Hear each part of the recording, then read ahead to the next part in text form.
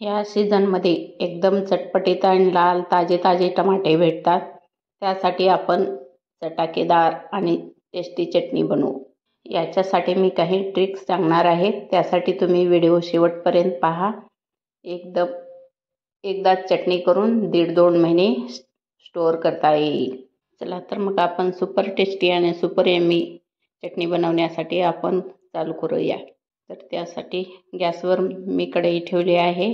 त्यात टमाटे स्वच्छ धुवून घालायचे आहे.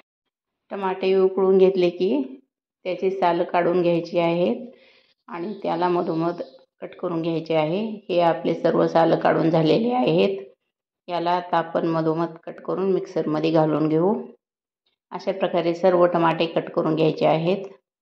सगळे टमाटे कट करून घ्यायचे आहे. त्याला थांबून थोडं मोठं वाटून घ्यायचं आहे. एकदम पेस्ट करायची नाही प्युरी. आता गॅसवर आपण एक कढई ठेवू. त्यात 2 चमचे तेल घालायचे आहे आणि अर्धा चमचा मोहरी चांगली तडतडली की मग जिरे घालायचे आहे. छोटा चमचा जिरे. एक मोठा कांदा घेतलेला आहे, बारीक चिरून घ्यायचा आहे. कांदा घातला तरी चालतो किंवा नाही घातला तरी चालतो. कांद्यामुळे टेस्ट चांगली येते म्हणून मी घातली आहे. हे चटणी असे आहे की थंडीचा मोसम आहे. आपल्याला जर भाजी काही करावी नाही वाटली तरी आपण ह्या चटणीसोबत भाकरी, चपाती किंवा ब्रेड, सँडविच हे सगळ्यासोबत चालते. आपण कुठं प्रवासात चालला आहात, लंच बॉक्समध्ये ठेवायचं असेल तर ही चटणी 2-3 दिवस चांगली राहते. कांदा तळत आहे तोपर्यंत आपण मसाला बनवून घेऊ. त्यासाठी 1 चमचा धणे पावडर, 2 चमचे काश्मीरी लाल तिखट, 1 चमचा हळद आणि लाल तिखट आपले घरातले आहे. अद्रक, लसूण आणि हिरवी मिरची. हे पण कांदा चांगला लाल झाला आहे. त्यात आता हे घालून ह्याला पण मंद गॅसवर फ्राय करून घेऊ. तोपर्यंत आपला मसाला तिकडे बनवून घेऊ. मसाल्यात थोडी पाणी घालू. त्याला चांगले मिक्स करून घ्यायचे म्हणजे आपला मसाला करपणार नाही आणि चवीला पण छान होईल. आता आपला मसाला मिक्स झाला आहे. मसाल्यामुळे चव छान येते टोमॅटोला. अशा प्रकारे मसाला घालून केला तर एकदम छान लागते चवीला. आता लसूण अद्रक आपले तळून झाले आहे. त्यात थोडासा हिंग घालून घ्यायचे आहे व आता आपला बनवलेला मसाला पण घालून घ्यायचा आहे. आता मसाला घातल्यानंतर मंद गॅस करायचे आहे. मंद आचेवर मसाला परतून घ्यायचा आहे. मोठा गॅस ठेवला तर मसाला करपेल, त्यासाठी मंद गॅसवर परतून घ्यायचे आहे. आता आपला मसाला चांगला फ्राय झालेला आहे. मसाला फ्राय झाला की साईडने तेल दिसते. तेल सुटले की समजायचं की आपला मसाला व्यवस्थित भुनला आहे. चांगला मसाल्याच्या कडेने तेल येत आहे. त्याच्यामुळे आता आपण यात प्युरी घालू. पहा, तेल दिसत आहे.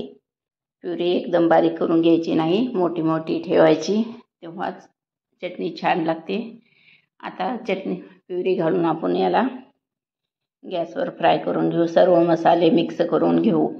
सगळे मसाले मिक्स झाले की चवीला एकदम छान लागते. याच्यातलं पाणी चटणीला तोपर्यंत शिजवायचं आहे की याच्यातले जादा पाणी कमी झाले पाहिजे. आता आपले पाणी कमी झाले. त्यात 2-3 चमचे मी गूळ घातला आहे. गुळामुळे एकदम चव छान येते आणि चवीनुसार मीठ घालायचे आहे. आता गूळ विरघळण्यासाठी आणखी 1-5 मिनिट शिजवून घ्यायचे आहे. आता आपले पाणी कमी झाले आहे. वरून 2 चमचे तेल घालायचे आहे. तेलामुळे एकदम चटणी चटपटीत आणि छान होते. गूळ घातल्यामुळे खट्टी मिठी गोड चटणी होते. आणि पहा, आता आपली चटणी पाणी पूर्ण सुकलं आहे. एकदम घट्ट झाली आहे आणि तेल सुटत आहे. याचा कलर पण किती छान आलेला आहे. आता आपण चटणी रेडी झाली आहे. याला आपण काढून घेऊ. वरून 1 चमचा व्हाईट व्हिनेगर घालायचे आहे. व्हिनेगरमुळं चटणीला चव एकदम छान येते. खट्टी मिठी गोड आंबट चटणी चवीला एकदम छान लागते. ब्रेड, पकोडा, सॉस, पराठा तुम्ही कशासोबतही खाऊ शकता आणि प्रवासात पण घेऊन जाऊ शकता. वरून थोडी कोथिंबीर घालायची आहे. जास्त दिवस ठेवायचे असेल तर तुम्ही कोथिंबीर घालू नका. ही चटणी रेडी झाली आहे. पहा, याला कलर किती छान आलेला आहे. ही चटणी 1.5-2 महिना टिकण्यासाठी तुम्ही काचेच्या भरणी स्टोअर करू शकता. काचेची भरणी घ्यायची आहे आणि ते कोरडी स्वच्छ धुतलेली असली पाहिजे. ते आता भरून ठेवायचं आहे. फ्रीजमध्ये ठेवल्यानंतर 1.5-2 महिने ते टिकू शकते. फक्त याला